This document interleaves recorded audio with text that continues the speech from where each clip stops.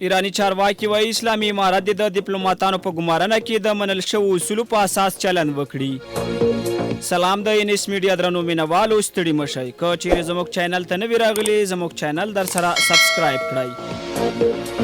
د ایران د بهرنیو چارو وزارت ویاند وایي تهران د اسلامي امارت د بهرنیو چارو وزارت له چارواکو تمه لري چې په مشهد کې د افغان کونسلګرۍ د کارکونکو هر ډول بدلون او تبدیلي د منل شوو نړیوالو میتودونو پر اساس وکړي. د ایران د مهر خبري اژانس د راپور له مخې ناصر کناني په یوه خبري غونډه کې د افغانستان د مشهد په کونسلګرۍ کې د بدلون په اړه د یوې پوښتنې په ځواب کې وویل چې په دې کونسلګرۍ کې هر ډول بدلون باید د کونسلګریو د اړیکو په باب د ویانا د 1933 کال د کنونسیون پر بنسټ وي. د زیاته کړه چې دا موضوع په بیلابیلو ډولونو د اسلامي امارت د بهرنیو چارو وزارت د چارواکو تر غوږونو رسولې ده. د ایران د بهرنیو چارو وزارت ویاند دا څرګندونې وروسته له هغې وکړي چې داسې راپورونه خپاره شول چې په مشهد کې د افغانستان پخواني حکومت جنرال کونسل عبدالجبار انصاري د اسلامي امارت لخوا له دندې ګوښه شوی او پر ځای بل کونسل ټاکل شوی دی. اسلامي امارت تر اوسه په دې اړه څه نه دي ویلي. ایران د نورو هیوادونو په څیر لا تر اوسه د اسلامي امارت حکومت په رسمیت نه دی پیژندلی،